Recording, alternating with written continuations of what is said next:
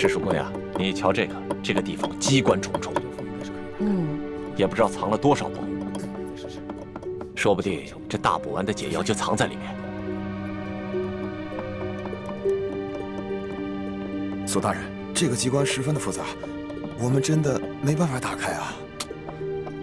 废物，一群废物点心，这点事儿你们都办不好啊！我告诉你们，再给你们1个时辰，如果你们再打不开，我把你们这没用的手给剁下来。我剁下来，知道吗？我知道，我们开。索大人，消消气啊！我觉得他们打不开，跟您站在这儿也有关系。您想啊，您站在这儿，他们紧张啊，紧张肯定打不开。要不然您看这样行吗？您到外面啊歇息，喝个茶，我来看着他们。还真说不定啊。那行，那就麻烦世淑姑娘帮我先盯着点儿。好嘞。啊，你们听好了啊，一切都听世淑姑娘的安排。是。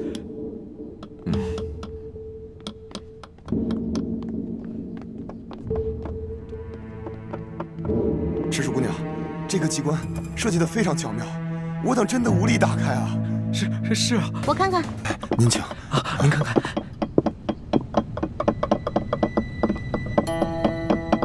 哎，赤树姑娘，你也会开机关啊？嘘，小声点啊，这事儿不能声张。这个机关我要是开不了的话，你俩手可就保不住了啊！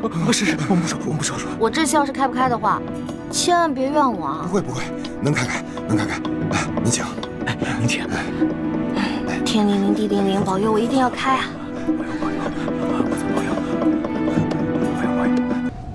都过了1个时辰了，赤树姑娘，你到底行不行啊？哎呀，别催我了，恐怕我们的手是真的保不住了。是啊。能不能不要那么绝望啊？我有种预感，我很快就能打开，很快。这真的假的啊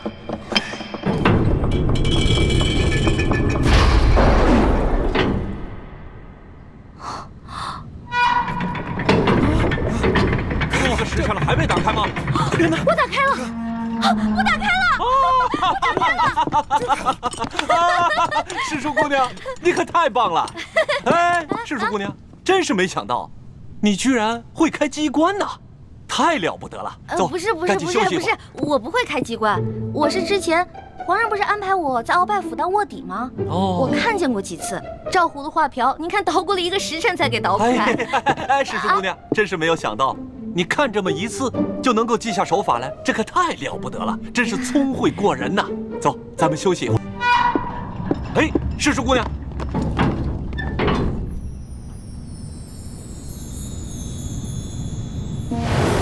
你们俩把工匠带走，给他们打赏，快！知道。谢。没想到啊，这鳌拜老贼的密室，珠宝多的比皇宫还多。可不嘛。哎，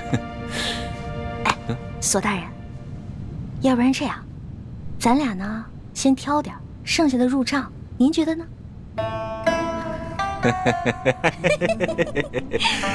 这和世淑姑娘一起办案，真是太开心了。是，您那边，我这边，怎么样？行动！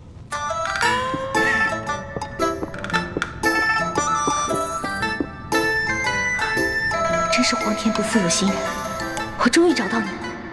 哼，猪哥哥，看你以后还好意思骂我笨。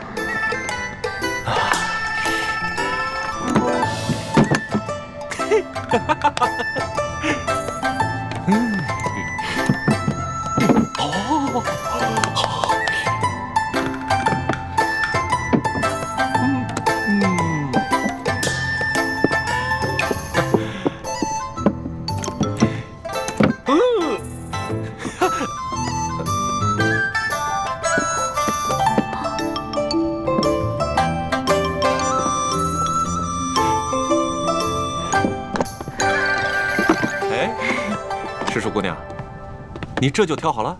当然了，再多挑点吧。啊，不了，我挑的已经够多了。索大人，您再接着挑点呗。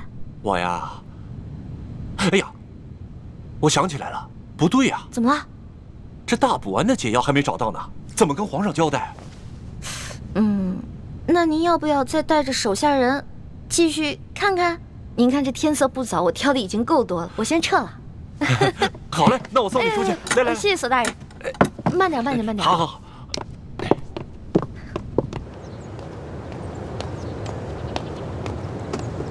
李太医，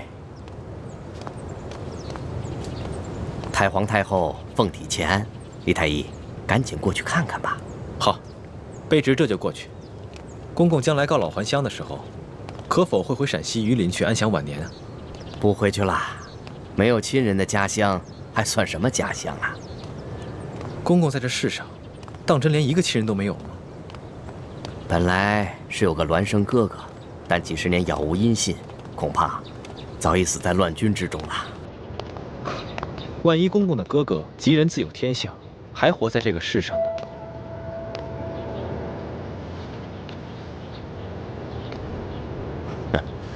怎么可能呢？在这世上，怎么可能有那么好的事呢？啊，快走吧，太皇太后还等着呢。看来，他还是很渴望亲情的吧。如果义父出面与他相认，他一定会很惊喜吧。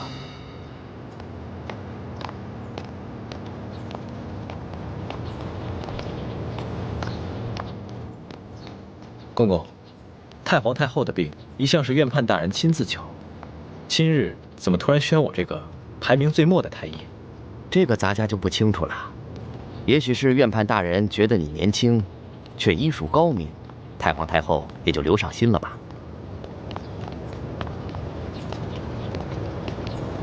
公公，这好像不是去慈宁宫的路吧？太皇太后不在慈宁宫，你别多问了，跟咱家去就是了。公公，太皇太后宣我瞧病，不会是有别的什么事吧？看在咱们同乡同姓的份上，能否告知一二？你多心了，你刚刚才救了皇上，太皇太后也许是想赏赐你呢。多谢公公，走吧。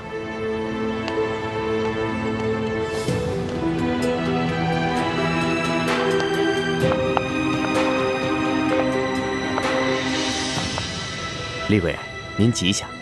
李公公安好。微臣参见厉贵人。李太医免礼。谢厉贵人。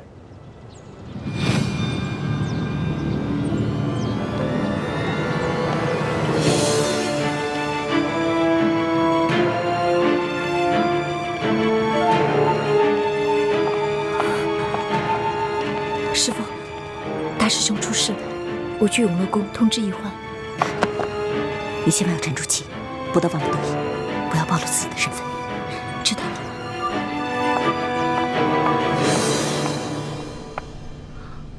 吗？踏破铁鞋无觅处，得来全不费工夫啊！如果朱哥哥看到这个铜匣子，一定会惊喜万分的。到时候我就将找到铜匣子的过程说得惊心动魄，让他们以后再也不敢小瞧我这个小师妹了。哼！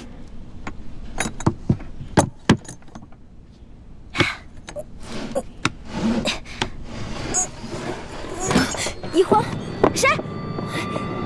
一欢，快去救大师兄，快啊！啊！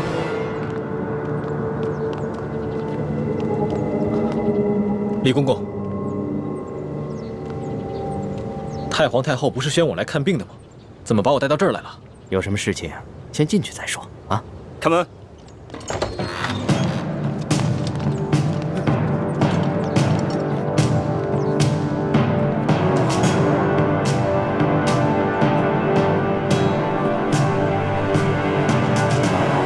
李公公，这到底是怎么回事？太皇太后懿旨，将你们这些捉拿鳌拜有功的人聚在一起，每个人赐一杯御酒。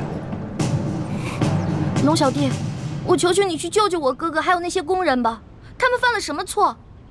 他们不就是看我打了你一巴掌吗？可是，他们就要因此失去自己的性命吗？这不公平啊！朕已经吩咐过所有人守口如瓶了，没想到还是传到了太皇太后的耳朵里去了。现在太皇太后已经下了懿旨，朕也不好公然对抗她的权威啊。太皇太后的权威，难道比那些人的性命还要重要吗？太皇太后要维护的是皇权的威严。这是紫禁城，有很多规矩，不仅这里的大小奴才要遵守，连朕也必须得遵守。祸是我闯的，跟他们没有关系。之前打了您一巴掌，您打我吧，打我多少下都行。你别闹了，你以为这是小孩子过家家呀？现在做什么都来不及了，太皇太后不会放过你的。等他处理完你哥哥那些人，就会轮到你了。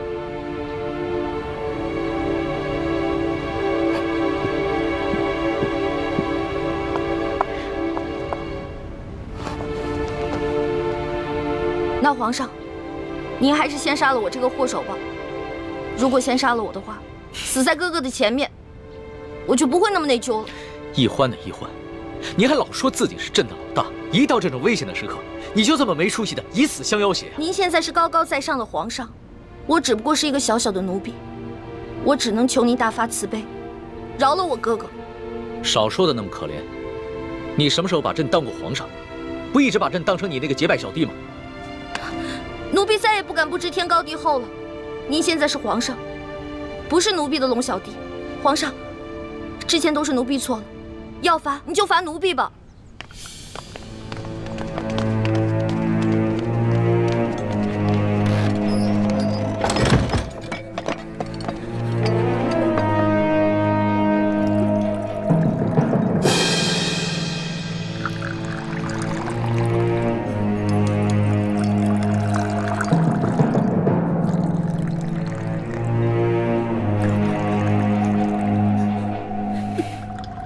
你先起来吧。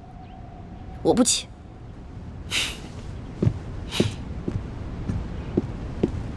起来吧。这么跪着也不是办法。皇上，我求求您了，您能不能去救救他们呀？如果他们因为我而死，我肯定会内疚死的。楼下，皇上，你就救救他们吧。人自然是要救的，但你倒是说说，这要怎么说服太皇太后啊？您可以跟太皇太后讲齐桓公跟管仲的故事。当年，管仲为了救自家主子，向齐桓公射了一箭，但是那个箭正好射到了齐桓公的腰带上，齐桓公没有死。后来，齐桓公不计前嫌，任用管仲当了国相。管仲感激涕零，倾尽一生的才华，辅佐齐桓公，最后成为春秋五霸的首位。皇上，您不会连齐桓公都不如吧？论气度，朕自然是不输齐桓公的。可是你能比得了管仲吗？论治国之才，奴婢当然比不上管仲的一根汗毛。但是，你想招来人才容易，想找到像我这样陪你吃喝玩乐、赌骰子拼酒的人，可不容易啊。这个理由倒是很充分。只不过，早晚有一天你都要出宫嫁人，不能一辈子留在宫里陪着朕，那朕岂不是很吃亏？原来您是因为这个呀？那您现在想怎么办啊？跟朕说说你那个青梅竹马吧，他叫什么名字，长什么样，家世如何？这个属于奴婢自己的秘密，不能告诉你。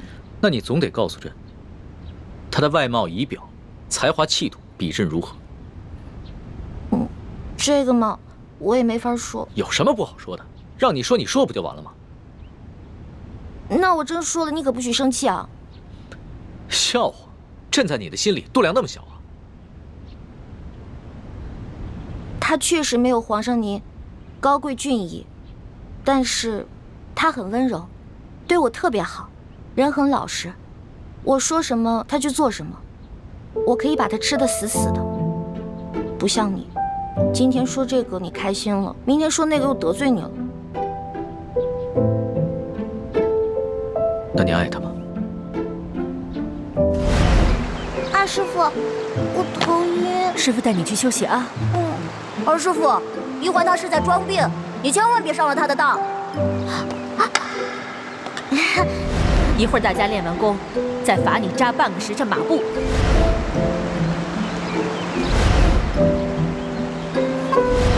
玉环妹妹，你别生我的气了好吗？环妹妹，这个给你，我们和好吧。和他说，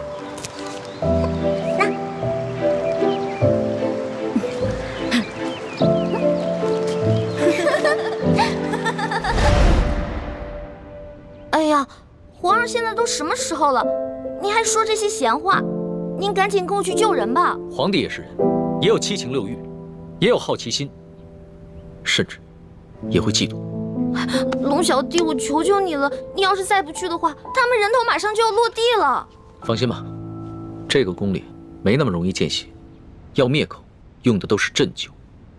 鸩酒？那您赶紧下旨吧。走，快去救他们！你先别着急，这太皇太后一下子从朕身边抓了10几个人，还需要等你过来求朕，朕才知道怎么做吗？朕虽然不好公然抗旨，但是早已命人准备了解药了。真的？那你不早告诉我？不对，你是不是得需要什么条件才能给我解药？当然，朕就想问你一个问题：你爱这个青梅竹马吗？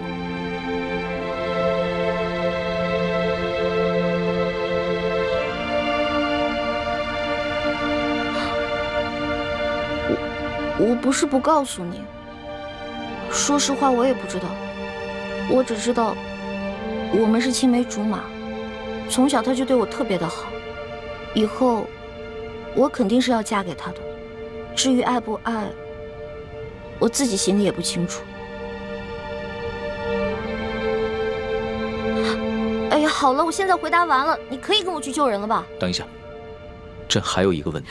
你怎么那么多问题啊？你有话快说，有屁！皇上，您问吧，您快点问。你爱朕吗？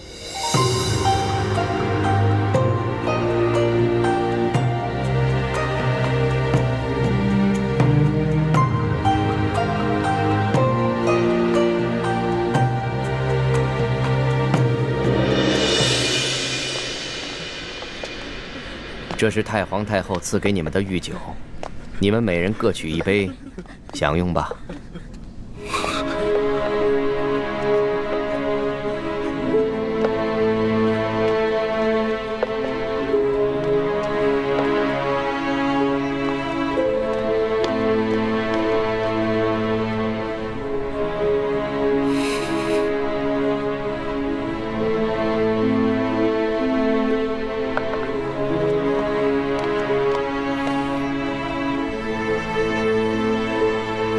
这酒有毒。公公饶命！公公饶命！李公公，太皇太后为何要赐毒酒给我们？咱家也没有办法。事到如今，我就让你们做个明白鬼吧。都怪你们的运气不好，看到了不该看的场面。李公公，我们什么都没看到，不明白你在说什么。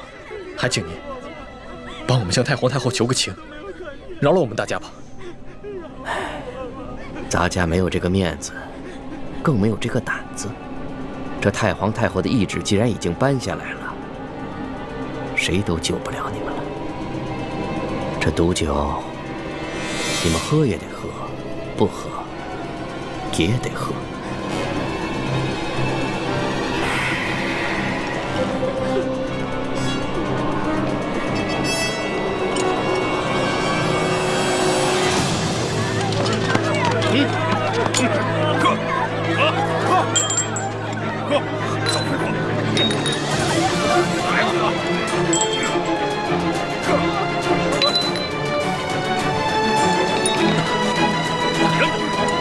李公公，我有重要的话要跟你说。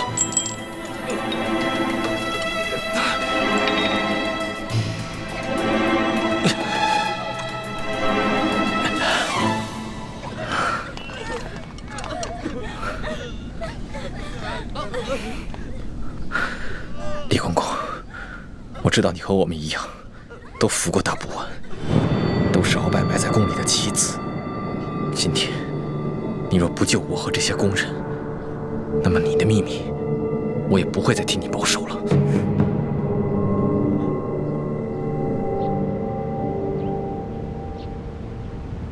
为什么不回答朕？我不知道怎么回答。如果我说实话，我怕你不开心，不给我解药；但是如果我骗你的话，那就是犯了欺君大罪了。你就照实了说，朕答应，不论如何，都会救你的哥哥和那些工人。真的？天子之语，金口玉言。不爱。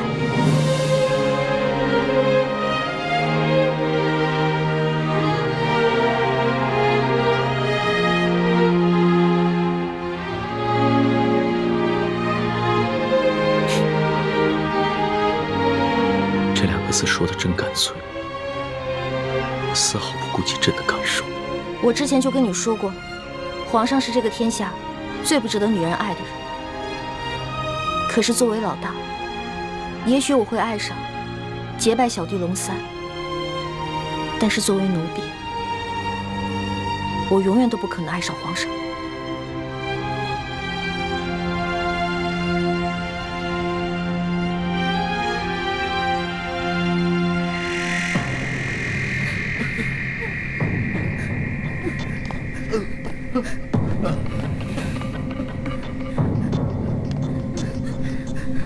杀了他！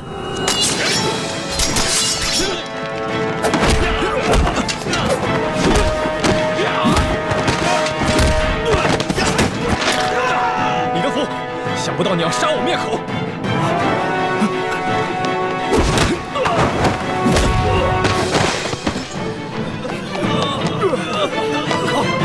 快追啊！站住！快！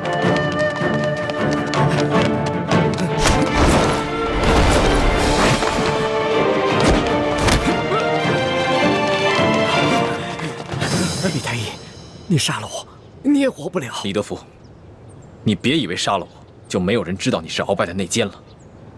你别忘了，我还有我妹妹易欢，我若是死了，她绝对不会放过你。李太医，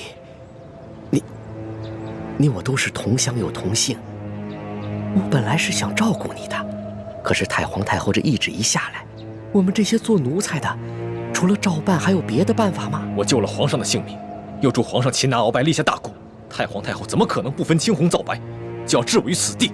哎，都怪你那个妹妹呀！仗着皇上对她的宠爱，她就无法无天。我在这宫里都已经几10年了，我从来没有看见过哪个宫人敢打皇上的。易欢呢？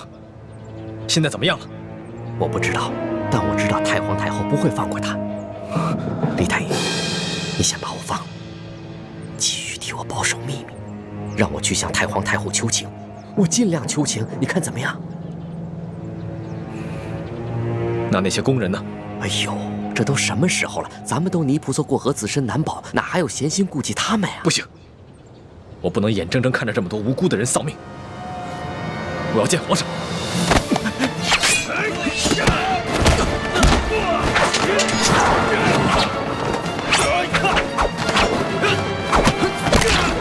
住手！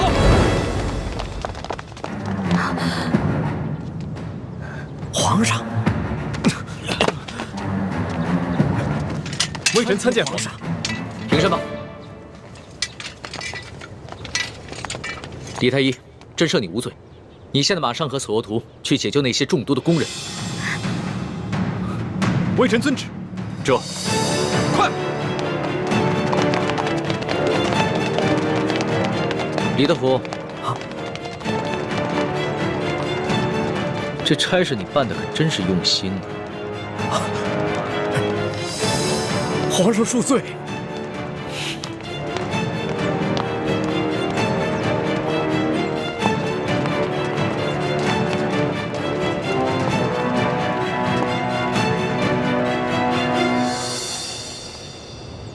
石叔姑娘，老奴也是实属无奈。石叔姑娘，您大人大量，不要记恨老奴啊！中堂大人，公公有礼了。宫中一切可好？中堂大人，您放心吧，一切尽在中堂大人的掌控之中。皇上好吗？皇上现在还是每天跟一些小伙伴们摔跤玩耍，无心朝政。他那都是故意，做给老夫看的吧。当年顺治爷临终托孤的景象，老夫是历历在目。不过如今皇上翅膀硬了，不把我等老臣看在眼里了，是时候给他点教训了。啊，那中堂大人，您的意思是？每日给皇上以重补药吧。接着看着他喝下去，懂了吗？奴才懂，奴才懂。你是如何知道的？公公，我这口技练得还不错吧？原来那晚你也在马车上，那你是如何知道是我？公公啊，虽然您那天行事谨慎，带着黑纱，我看不清您长什么样子，但是我看到了您耳朵后面那颗痦子，所以我还是认出了是公公您。李易欢，太皇太后果然说的没错，你真不是一个简单的小丫头。可是李公公啊，这太皇太后也看错了您啊，您也不是一个忠心的奴才啊。你到底想怎么样？李公公，您知道的，我这个人啊是不会害别人的，但是我最讨厌的就是那种害人的人。所以只要您不对我们兄妹两个起什么歹心，那我们自然不会对您怎么样。但如果您的心里对我们兄妹两个，皇上，等等我。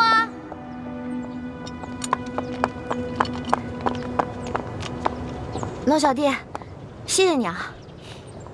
其实就算你不求我，我也要救那些宫人们。虽然这会让太皇太后特不高兴，但是朕已经擒下了鳌拜，真正亲政，朕必须坚持己见。不过这个李公公实在是太讨厌了，向太皇太后告密的人肯定是他。这个朕怎么会不知道呢？但是李德福10岁就进宫了，侍奉过3代君王。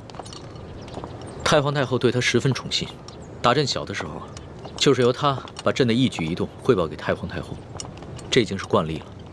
就算朕有不满，也无可奈何呀。没想到皇上也有这么多的无可奈何啊。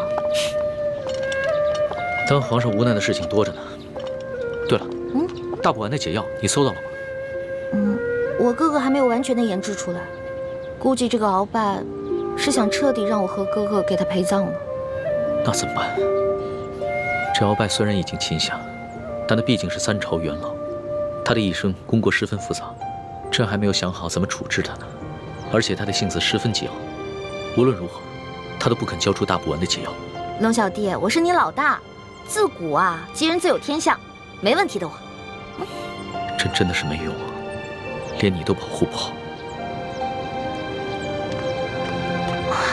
龙小弟，你可千万不要对我这么好，不然我会愧疚的。都快点，把药给我灌下去！把药赶快灌下去！快点，赶紧的，把嘴撬开，给我喂下去！快！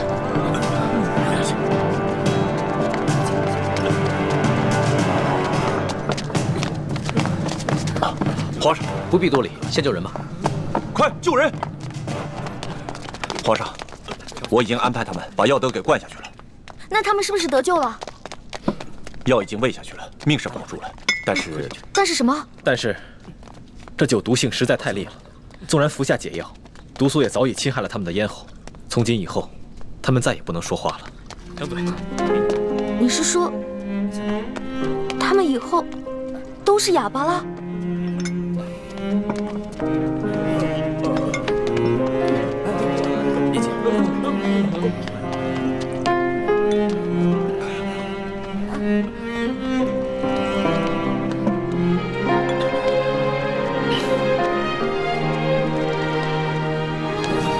是我害了，对不起，都是我害了你们。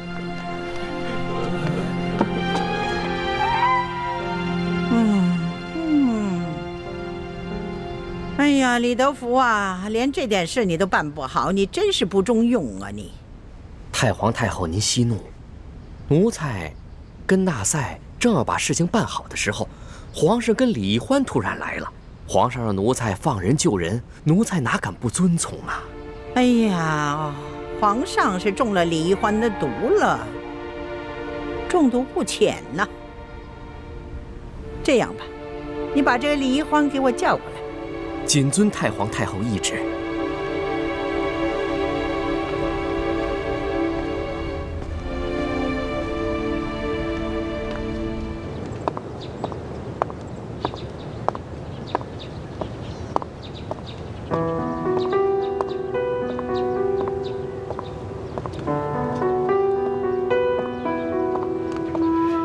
龙小弟，没想到我冲动打了你一巴掌，居然害了这么多无辜的人。朕也没想到事情会发展成这个样子。在朕的心中，一个好皇帝，与其让臣民们畏惧，不如让臣民们敬爱。难怪人们都说伴君如伴虎。你现在明白为什么我说你是全天下最不值得女人爱的男人了吧？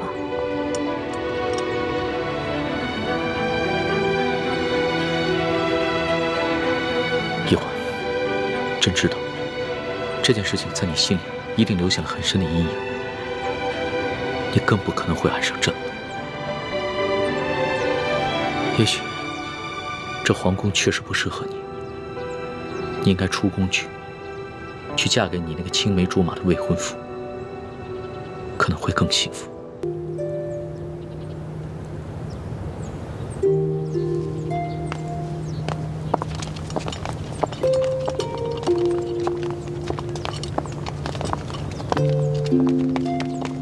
奴才参见皇上。李德福，你可真有眼色呀，还敢过来见朕！皇上恕罪，奴才知道，皇上现在心情烦躁。不过太皇太后宣世淑姑娘去那个慈宁宫觐见，奴才不敢不传呐。皇上，太皇太后不会想赐奴婢一杯御酒吧？没事，别害怕，朕陪你一起去。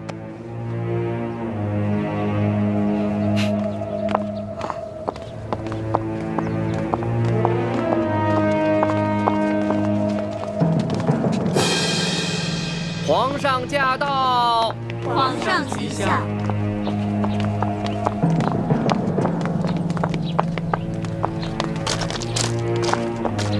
平身吧。谢皇上。你先在外面候着，朕进去跟太皇太后先说说。皇上，奴婢这颗脑袋能不能保住，可就靠皇上你了。放心吧。这太皇太后肯定不是个好说话的，万一皇上的面子她也不卖，那我是不是该赶紧脚底抹油溜啊？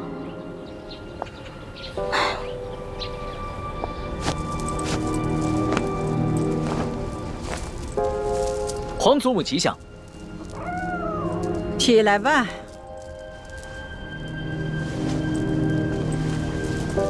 刚刚擒拿了鳌拜，还有许多善后的事情需要做。皇上怎么会有闲暇来陪哀家这老太婆呢？不是，皇祖母一直教诲说，越是处理大事，越要从容。孙儿一直谨记于心呢。幸亏爹和师傅没有先见之明，别的功课都任由我偷懒，却逼着我狠练轻功，关键时刻果然能够救命。可是我千辛万苦才得到的铜匣，还有那么多值钱的珠宝还在永乐斋，这可怎么办啊？哎呦，管他的，也顾不上这些身外之物，先保住小命要紧。难怪鳌拜会栽在这个小丫头手里，都这个时候了，她居然一点儿也不慌乱。哎呀，皇上你亲政了，哎，有许多事情呢可以自己做主张了，也用不着哀家这老太婆唠里唠叨了。皇祖母何出此言啊？孙儿心里极是惶恐，不知孙儿有什么地方做错了，还请皇祖母垂训。得了，去玩去吧啊！你们都退下。下去吧。皇上啊，听说你把李太医和那些工人们都赦免了。啊，是。这个李太医啊，擒拿鳌拜有功，又救过孙儿的性命，而且这些工人都是伺候孙儿多年的老人了。孙儿心里极是不舍，所以就赦免了他们。朕少造一些杀念，也是为了皇祖母积福天寿嘛。哎呀，皇上啊，你可是刚刚亲政啊，就如此妇人之仁，以后怎么立威啊？你那个叫什么李义欢，这个小小的答应，他当着众臣的面打了皇上一巴掌，而皇上竟然不仅不惩罚他，反倒给他还特设了一个笔墨诗书的女官员的位置，还给他赐了一个永乐斋。哎，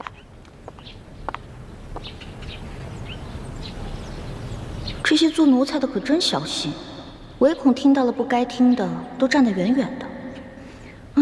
我可顾不了那么多，我得认真的听着，万一龙小弟顶不住了，我好赶紧溜啊！皇上，你这法度尊严何在呀？哀家本来想协助你处置这些事，没料到你已经特赦了他们。你眼里还有哀家这个把你从小苦心养大的，把你扶上皇位的老祖母吗？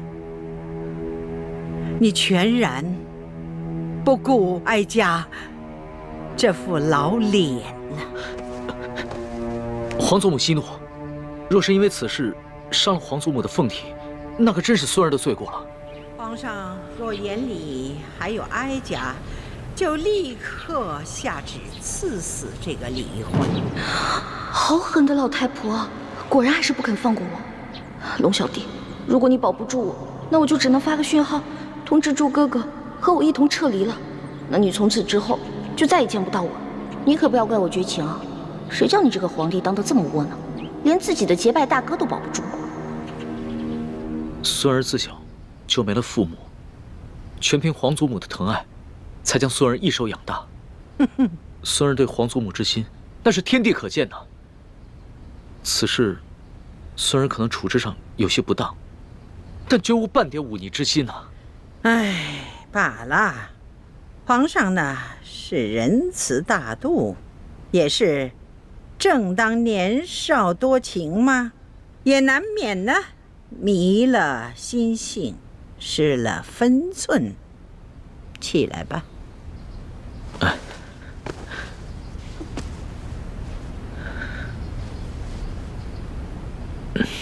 皇祖母，您先消消气。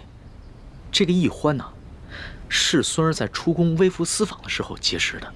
那个时候，孙儿一时玩性大发，就假冒侍卫龙三的身份和他结了拜，还谎称自己是皇上的替身。没想到他还真信了，所以他后来才打了孙儿一巴掌。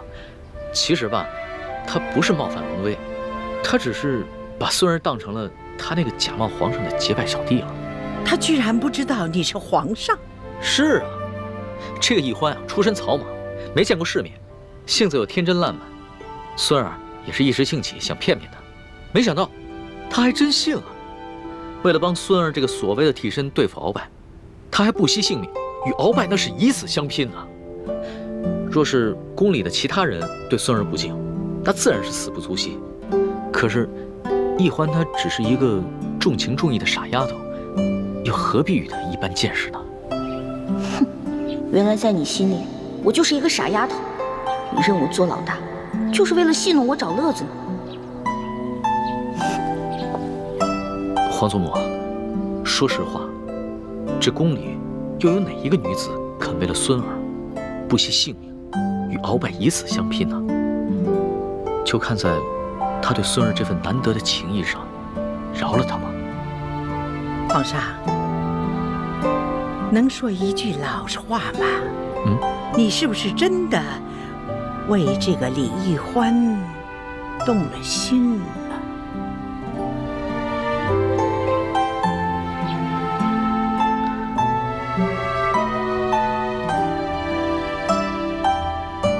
皇祖母，孙儿刚刚真正亲征未久，内有鳌拜的余党未能清理，外有三藩做大，还有前明余孽组成的反清联盟，时刻威胁着我大清江山，所以孙儿不敢沉溺于儿女私情，对任何女子都不会真正动心的。龙小弟，原来你对我果然不是真心，这样也好，咱俩互不相欠。哦，哀家以为呀，这李易欢是一个狐妹子，让皇上迷失了心性。这样听起来呢，哀家也就放心了。至于这李易欢是要杀要赦，那就看皇上的了。皇祖母啊，这孙儿还有一事相求。这易欢呢，他娇俏可爱，天真烂漫，就像一个开心果，所以孙儿想把他接着留在宫里，让他伺候。你怎么又绕回来了？皇上啊，你小小的年龄，承担起大清朝的重任，哀家想想都心疼。皇上什么时候做到不动真情，不误国事，那你就真正的成长了。皇上，你看这后宫有那么多的小丫头，你叫哪个不是啊？非得她这个李易欢不可吗？她有何等的姿色呀？何等的本事？皇祖母，这易欢真的是非比寻常的女子，孙儿求皇祖母成全。这个李易欢是不是在门口候着呢？那就叫他进来吧，让哀家见识见识。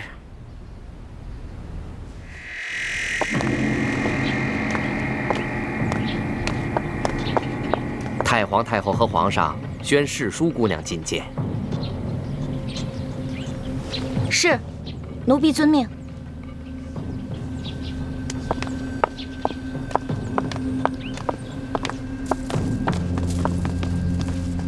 太皇太后，皇上，世淑姑娘觐见。太皇太后吉祥，皇上吉祥。果真是一个灵秀的人儿。你盯着哀家做什么？哦，奴婢只是好奇，原来太皇太后长这么好看呀，慈眉善目的，就跟画里走出来的观音菩萨似的。你不必在这里花言巧语。李易欢，你可知罪？奴婢知罪。你知什么罪？讲来给哀家听听。奴婢白长了一双眼睛，没有认出来皇上就是货真价实的真龙天子。奴婢更是长了一个猪脑，居然皇上说什么，奴婢就信什么。你看，皇上，你看这小丫头啊，她哪里是在认罪呀？她分明的是拐着弯的数落皇上。皇祖母，这丫头一向如此，心直口快，不知轻重。那你就起来吧。谢太皇太后。太皇太后，奴婢说的都是真的，没有骗您。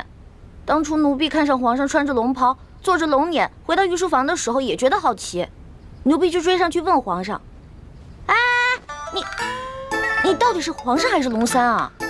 结果皇上一脸严肃地跟奴婢说：“嘘，小声点，我当然是龙三，不是皇上。”你不是皇上，可是为什么外面那些人都跪下叫你皇上呀？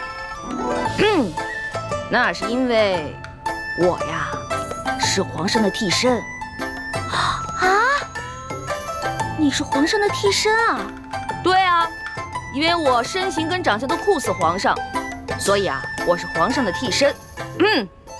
你也知道，咱们大清虽然入关数十年了，但是根基未稳，皇上又年少，刚刚亲政嘛。不光这前明余孽，还有很多朝中的大臣都想谋杀皇上，所以呢，我就当皇上的替身。原来是这样啊，怪不得你会跟我结拜呢，要是皇上的话，怎么能跟我结拜呢？对啊对啊，这回知道了吧？为什么我龙三你在宫里打听不出来了吧？那是因为我不是一般的侍卫，我呀，只需要在皇上需要我的时候出来露面就行了。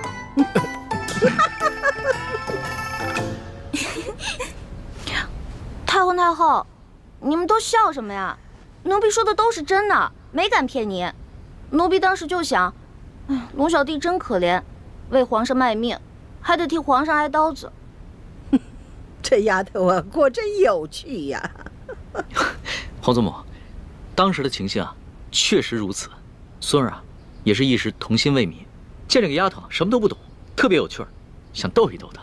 想逗逗我，但是奴婢当真了，真的把皇上当成兄弟，不想看着你去死。太皇太后，奴婢真的以为他要去跟鳌拜拼命，所以就把身上的金蚕背心脱了下来，给了他，还陪着他一起去跟鳌拜拼命。要不是我哥哥及时赶到，恐怕我跟皇上就……瞧这丫头啊，委屈的哟。得了，哀家呢就饶过你了。真的？嗯。谢太皇太后，还是太皇太后好，不像皇上，就知道欺负奴婢。哀家听说你在大庭广众之下，当着那么许多的大臣们的面，打了皇上一巴掌，是吗？哀家着实的恼怒啊！没想到，就像皇上说的，你只不过就是一个不懂规矩，而且呢，还对皇上有恩有义的一个小傻丫头。所以太皇太后，您的意思是，可以饶恕奴婢啦？不，你毕竟打了皇上，你这叫犯上啊！要是对你不进行惩罚，哀家和皇上的威严何在呀？太皇太后，您还要罚奴婢啊？哀家对你呀，是死罪可免，活罪就不能饶啊。这么着吧，你哪只手打了皇上，那就伸出哪只手来，就得挨打50手板。太皇太后，我爹跟师傅从前总打我手板，我都打怕了，能不能换一个不打手板啊？死罪都给你免了，你还在讨价还价呀？不是，奴婢不敢还价，只不过奴婢是用右手打的皇上，可是奴婢这右手受了伤，还缠着绷带呢。太皇太后，您看。是啊，皇祖母，易欢手上的伤啊，还是为了救孙儿，被鳌拜用匕首给刺的，这伤口又长又深，这血好不容易才止住的，现在还没愈合呢。那就伤好了再打。太皇太后，您就饶了奴婢吧，奴婢知错了，奴婢以后再也不敢了。这样吧，哀家呢再给你一个机会，哀家出3个题目，你要是答对了，就免去这50手板。考试啊？奴婢最怕考试了，能不能不考试啊？你这个小丫头啊，又怕死，又怕挨打，又怕考试，那怎么着？那是挨杀头呢，还是挨打呢？还是硬考试呢？那还是硬考吧。不过太皇太后，您出的问题会不会根本就没有答案啊？哎呀，哀家怎么用这种方式来对付你这个小丫头啊？哀家出的题目是有答案的。是，太皇太后息怒，是奴婢小心眼了。那请太皇太后出题吧。告诉你小丫头啊，这后宫之主是皇后，就由她来出这3道题。1个时辰之后回来再考你。是，谢太皇太后。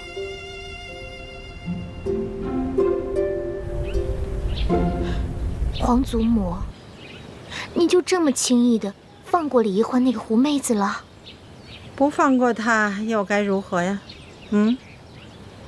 就算是灭了她，你想想，皇上也不会亲近你，更会疏远你的。哀家也会遭到一生的怨恨的。那您就不担心李一欢继续留在宫中祸害皇上？唉，开始的时候哀家也有担心，可后来一见到这个李一欢呐，她只不过就是一个鲁莽的小丫头而已呀。皇上也就是少年心性，找一个新鲜有趣的玩伴而已。所以哀家呢，想放他一马，等待以后视情形而定吧。既然皇祖母都这么说了，那妾身就暂且忍耐了。哀家出了这3道题，一是为了考量一下这李一欢，二呢，也好给皇后一个机会。现在呢，这前面这2道题呢，就由皇后来出，最后这道题由哀家来把关。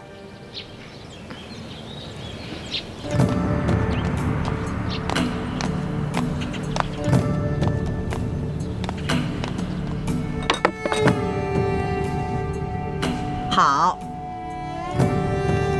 这第1道题呢，你要用一根绳子，把这块冰从这个碗里挪到那个碗里。这么简单啊？不简单，条件是不能用这根绳子拴住这块冰。那我可以用其他的东西帮忙吗？可以呀，但是只能用一只手，这只手呢还不能碰到那块冰。皇祖母，这也太难了吧？这只能用一只手，又不能接触这冰块，那怎么用这根线把这个冰块挪到那个碗里去啊？皇上啊，若是这丫头认输的话，哀家就让李总管给你做个演示。可是这50手板，你就着实的挨上了。皇祖母，这一欢手上还有伤呢。那伤好了再打。皇祖母，这个一欢要是实在办不到，能不能看在孙儿的面子上，给他换一道题啊？哀家是一再让步啊，已经给皇上足够的面子了。皇上，不用再替奴婢求情了，奴婢已经想到办法了。真的？你确定啊？请太皇太后跟皇上给奴婢一点时间，奴婢要去拿一样东西。可以呀，不过你得快点儿，不然的话这块冰就化了。谢太皇太后，奴婢告退。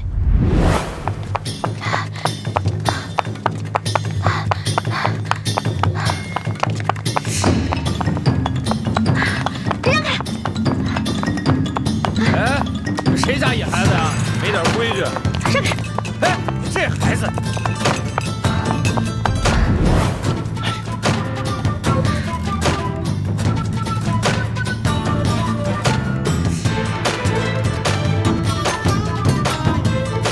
怎么还不回来？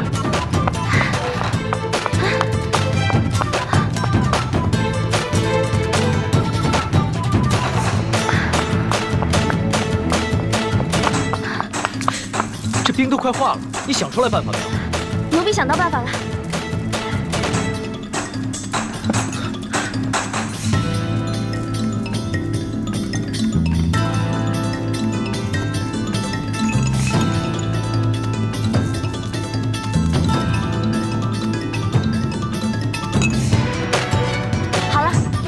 就可以了。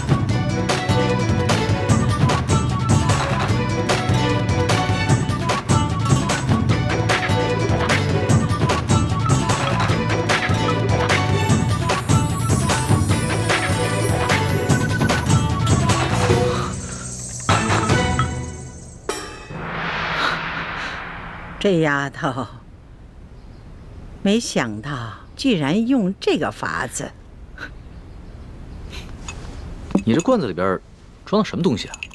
这是奴婢抓紧一切时间从御膳房拿了一罐盐。哦，朕明白了。朕以前学的功课里边也有这一门知识，只不过刚刚情急没有想起来。易欢，想不到你还挺博学的。皇上千万别夸奴婢了。从小到大，奴婢不喜欢好好学习，但是什么都学，只会那么一点点，杂而不精，跟博学二字万万沾不上边儿。奴婢之所以知道这个办法，是因为小的时候，在冬天啊，奴婢喜欢跟自己的哥哥用盐水呢冻冰人儿，所以才知道这个法子的。好啊，小丫头，这第1道题就算你过关了。哀家接下来再考你第2道题。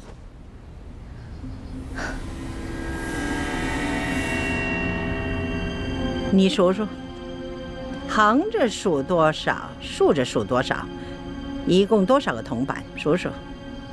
回太皇太后，横着数有4个，竖着数有5个，一共是8个铜板。好，你就从这8个铜板里头拿出1个铜板来，把这2列铜板变成都是5个。啊？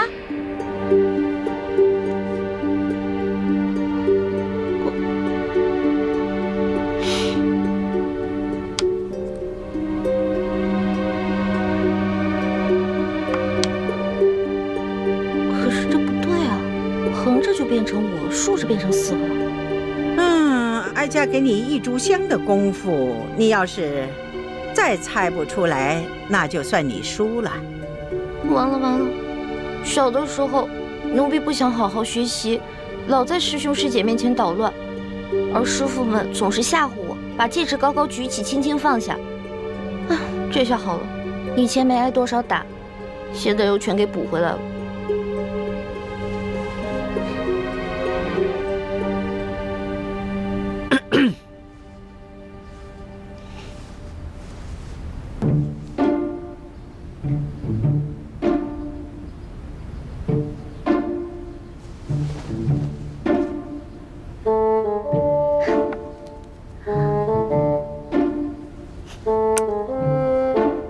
太皇太后，您只说了只能移动1个铜板，但您却没有说不能重叠。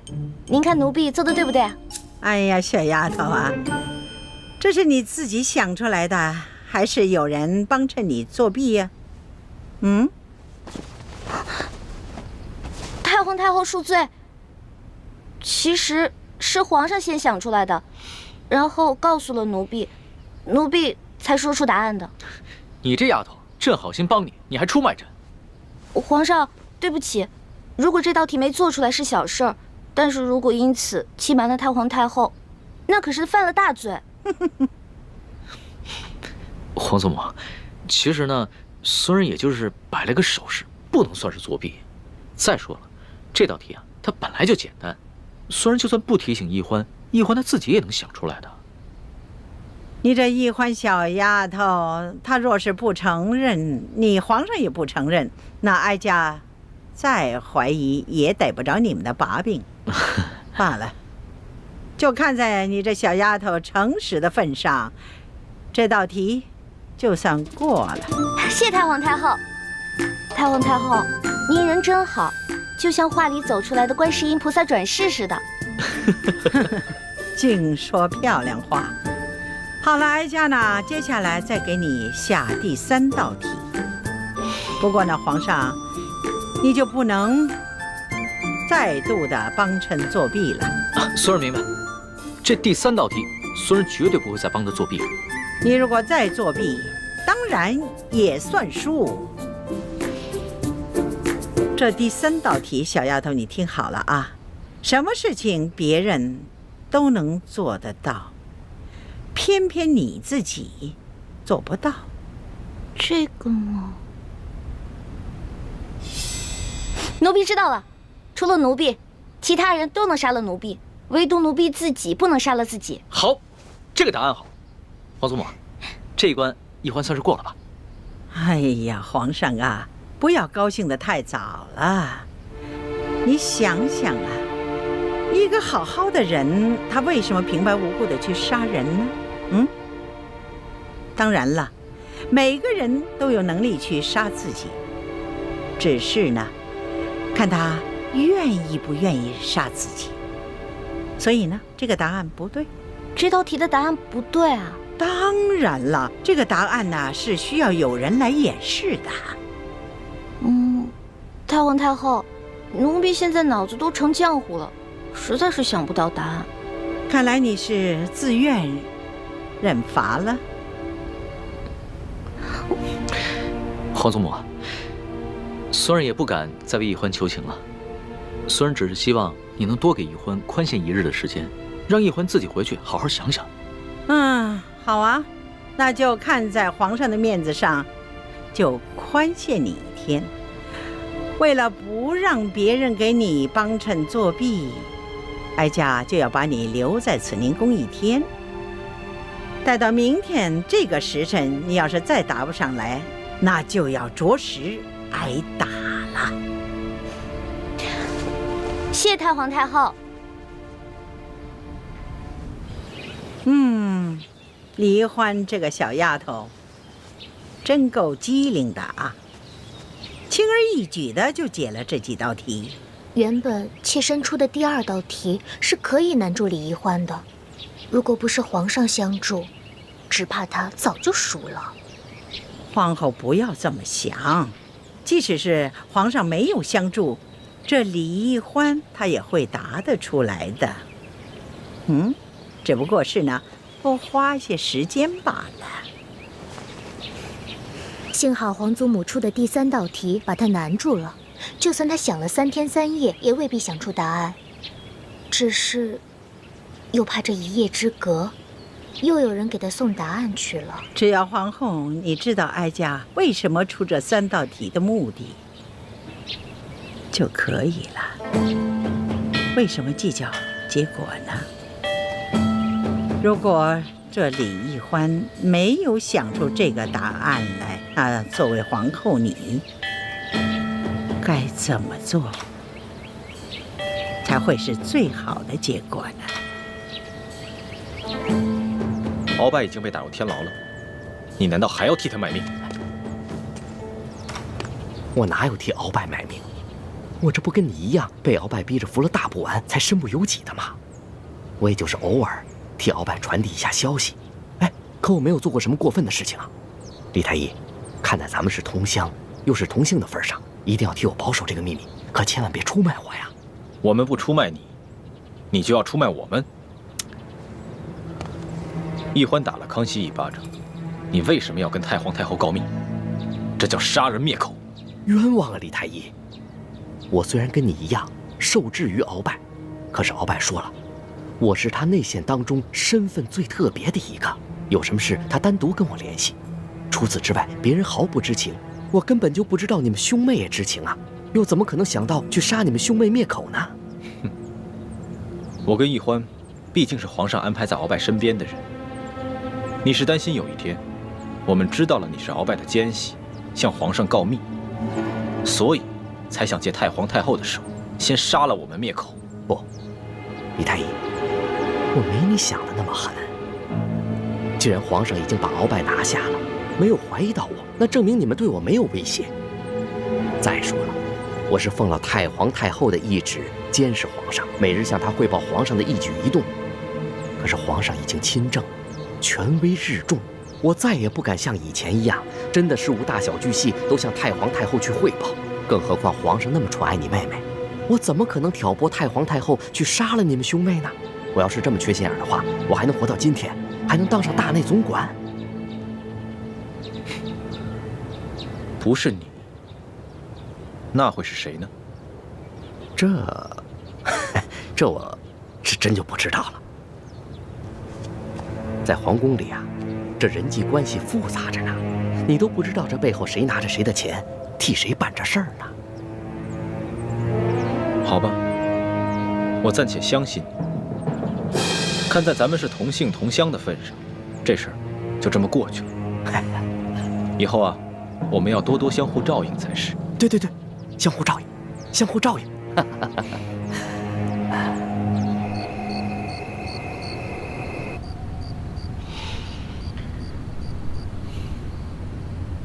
皇上怎么愁眉不展啊？是在为奕欢妹妹烦心吗？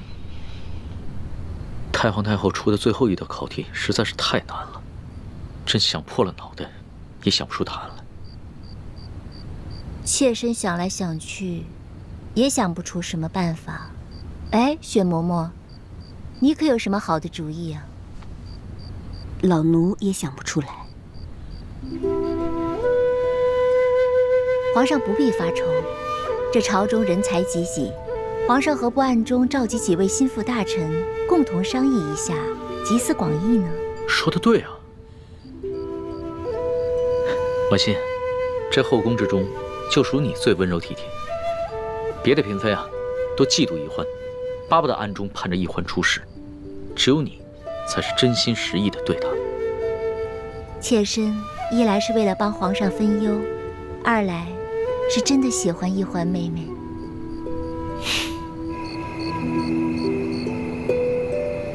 哎呀，你说咱们这皇上啊，自从亲政以来，可从来没有这么晚召见过咱们啊！啊，你们都说说，这有什么急事儿啊？会不会是鳌拜一案又出了什么重要线索？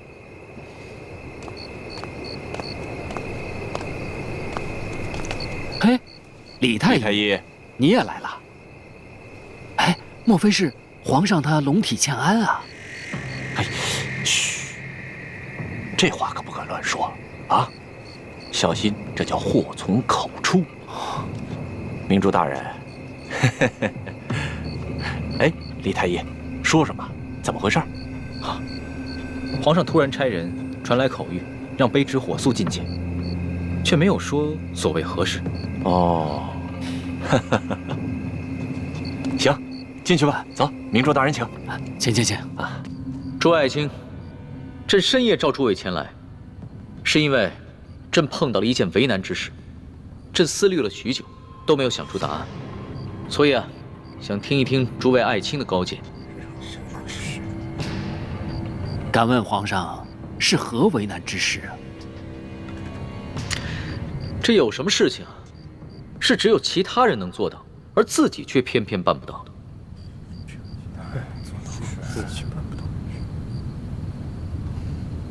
哦，原来皇上是为这样的事情在为难啊。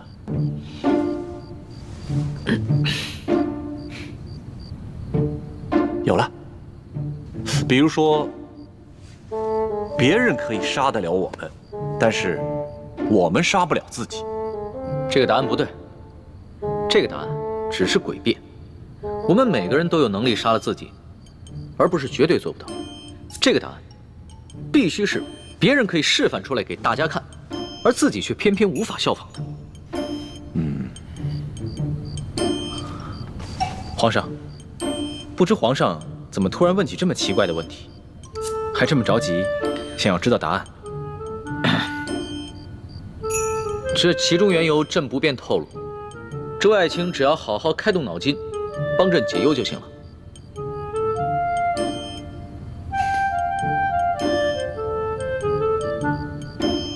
有了，皇上。皇上，我们每个人都不能提着自己的头发，把自己从地面上提起来，但别人可以呀。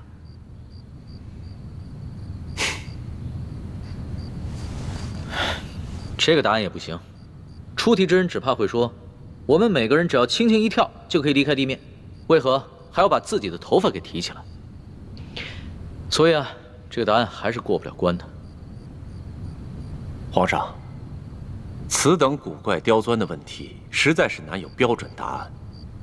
究竟该怎么回答，完全要看出题的人是否在故意的刁难。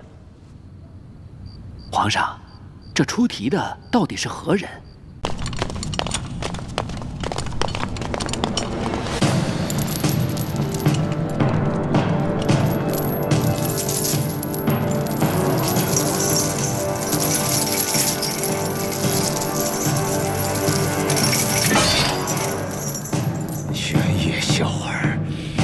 终于赶来见老夫了！鳌拜，在牢里待了这么多天，想明白了吗？可有悔恨之心？老夫当然有罪。老夫这第一罪，当年不该冒死从乱军中救回太宗皇帝。老夫第二罪，不该征战沙场，出生入死，为你们爱新觉罗家族打下这片江山。老夫第三罪，不该对先帝于忠尽心尽力地辅佐你这个黄毛小儿。老夫第四罪，明知你翅膀硬了，要来诛杀老臣了，要独揽大权了，老夫未能先下手为强，除掉你这个昏君。事到如今，你还睡在几十年前的功劳簿上，丝毫没有反省。你圈地害民，党同伐异，欺君罔上，弄权误国之罪。要不是你当年救过太宗皇帝，要不是你为大清朝立过那么大的军功，朕就算砍你脑袋100遍都不为过。老夫现在是做了阶下囚，这一生的功过随你红口白牙怎么说。但是玄烨，我告诉你，你不要以为你除掉了老夫，你的皇位就能够坐稳了。在你身边潜伏着2条毒蛇，他们随时都会要了你的命。你说的什么意思？朕不明白。那老夫就告诉你，你以为李建清和李易欢兄妹2人是真心对你效忠的吗？他们实际上是在挑起你我君臣之间内斗，居心叵测。他们帮助你擒拿住老夫，只是为了骗取你的信任罢了。在你未动手之前，那个李建清就来找过老夫，把你的计划悄悄地告诉了老夫。老夫只是一时拖大，以为就凭你训练的那几个会摔跤的少年，怎么能拿下老夫这大清第一勇士呢？也没料到那李氏兄妹2人居然会反水，这才让你侥幸的险胜了。皇上，鳌拜这会儿也许说的是实情，难怪他事先就服下了解药。你让李公公赐给他的毒茶也失去了效力，也许真的是有奸细给他透露了风声啊。